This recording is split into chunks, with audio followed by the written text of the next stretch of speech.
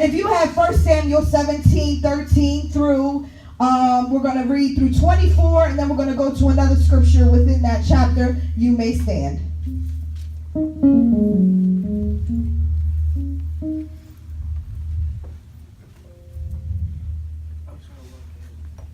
And it reads, the three oldest sons of Jesse had gone to follow Saul to the battle. The names of his three sons who went to the battle were Eliab, the firstborn, next to him Abinadab, and the third Shemaiah.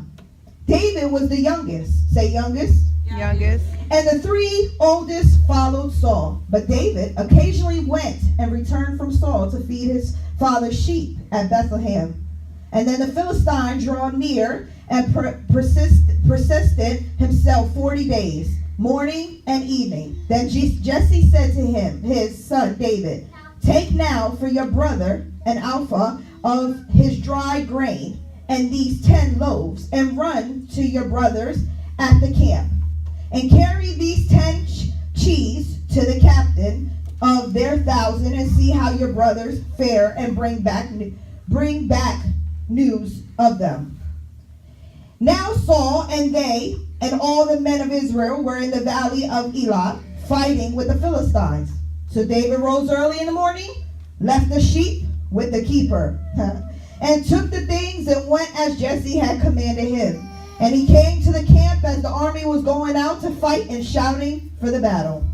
For Israel and the Philistines are drawn up in battle, every army against army. And David left his supplies in the hand of the supply keeper, ran to the army, and came and greeted his brothers.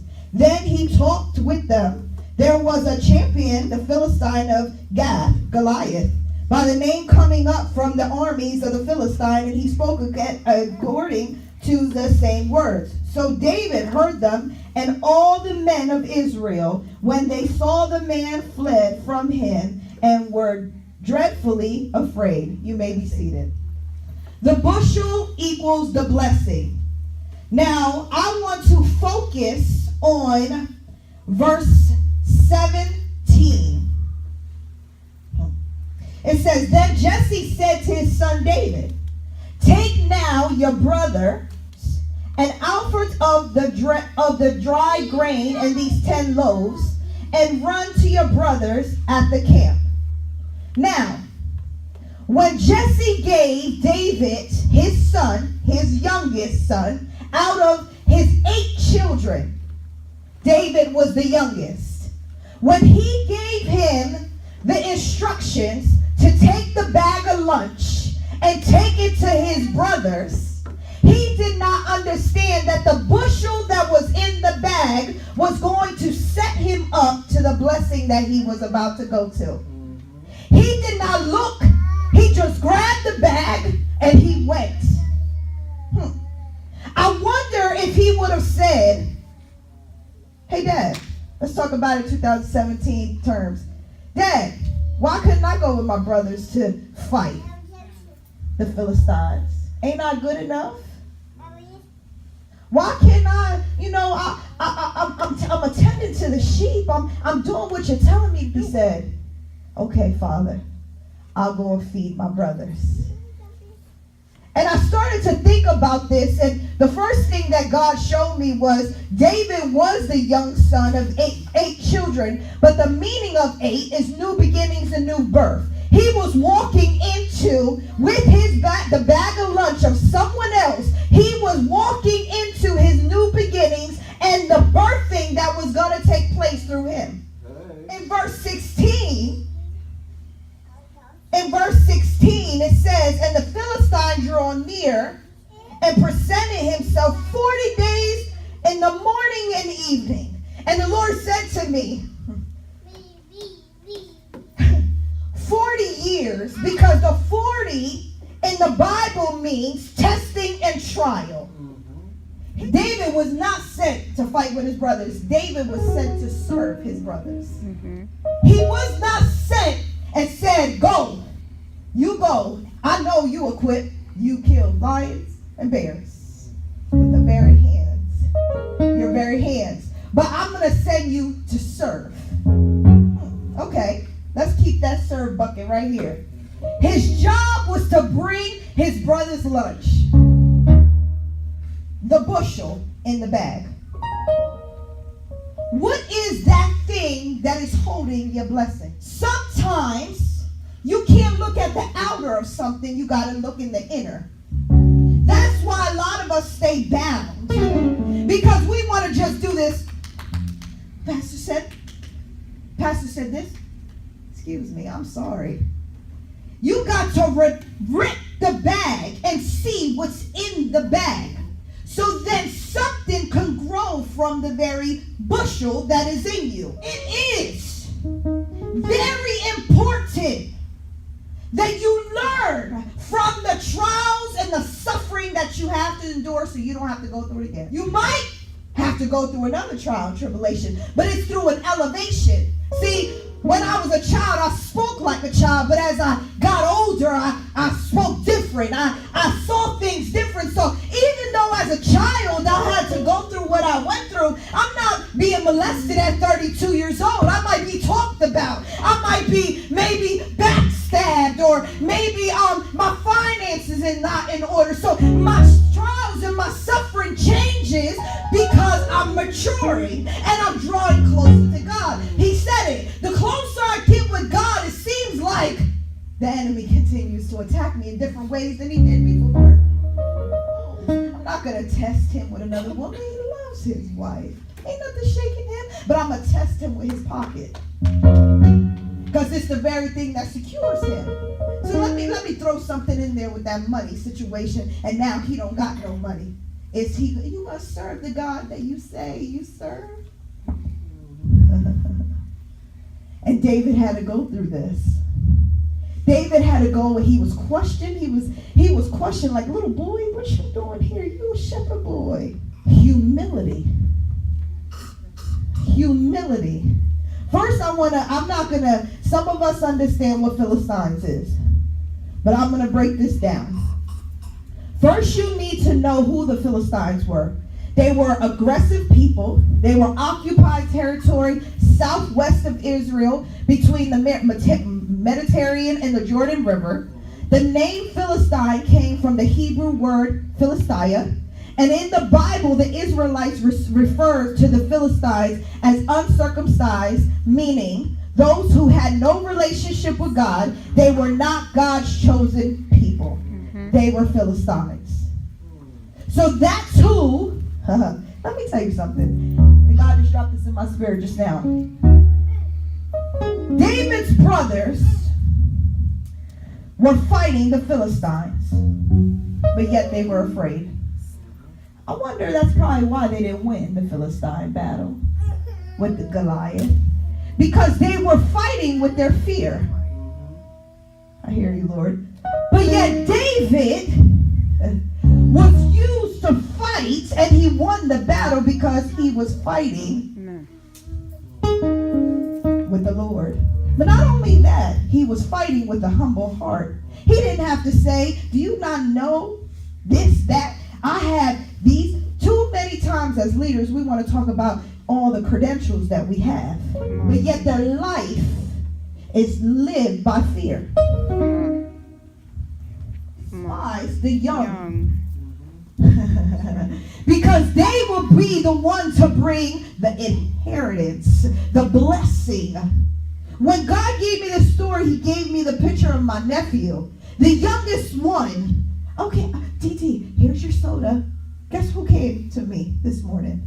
TT, here's your soda, and here's your mints. You need anything? No, baby, go back out there. It's not about serving us as leaders. That's not what it's about. Don't get it wrong. Because I've been to churches where they serve you, they take advantage of you and your gifting. That's not what I'm saying. What I'm saying is that you should be serving God every day of your life. When you wake up in the morning, you should be asking God, what do you need today, sir? How can I serve you, sir? Bring someone in my life that I can share your word, sir. I understand I'm suffering and I understand I'm going through whatever, but bring a soul that don't know you, sir. Allow me to be able to shine and smile your light. That's serving. We doing this too much. What's Facebook? Oh, shut your mouth. We doing that too much. This is too much. This needs to be. Because at the end of the day, if you look at what's going on with these Muslims and different things that's going on in this world, you should not be on Facebook upset. The Bible tells you so. That's how I know who has a relationship with God. The Bible tells you what's going to happen in the last days. None of this should surprise you. That's what my mama said. I called, text her. I'm like, you see all this stuff happening with the Muslims? They just said no. She said, girl, go to bed. That's what she said. Go to bed. You got to preach tomorrow. I said, she rebuked me. David became king. I'll challenge y'all to read that story. He became king and he beat Goliath. But he had to start from the bottom in order to get to the top. He had all the way up. He had to take, it started from when he picked up the bushel. It actually started when he was in the dirt and he was with the sheep and tending to the sheep. That's when it really, no.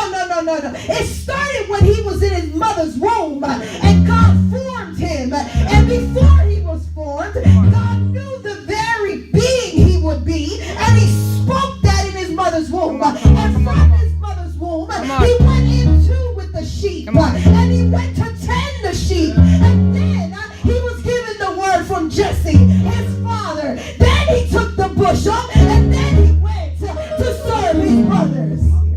He said, then he went, he did what he did, and the aspect of he heard the voices of his brother. He said, hold this for a second. Hold his, don't you eat they lunch. I'll be right back. Hold his day lunch. What's going on? Why are y'all so fearful?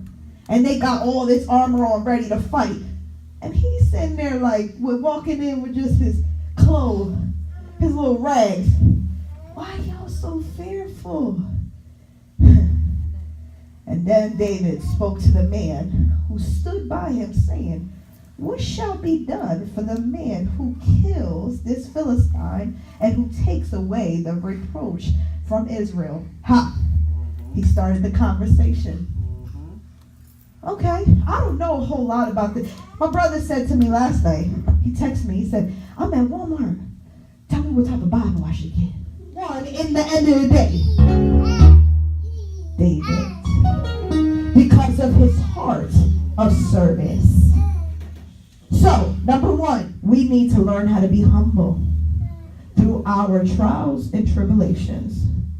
It's not about showing off. It's not about being in the spotlight, because ultimately he deserves the glory. Number two, you got to understand that all of us have a David in us. And it might seem like you're in the dirt right now, but I'm here to give you the tools, but you got to use them.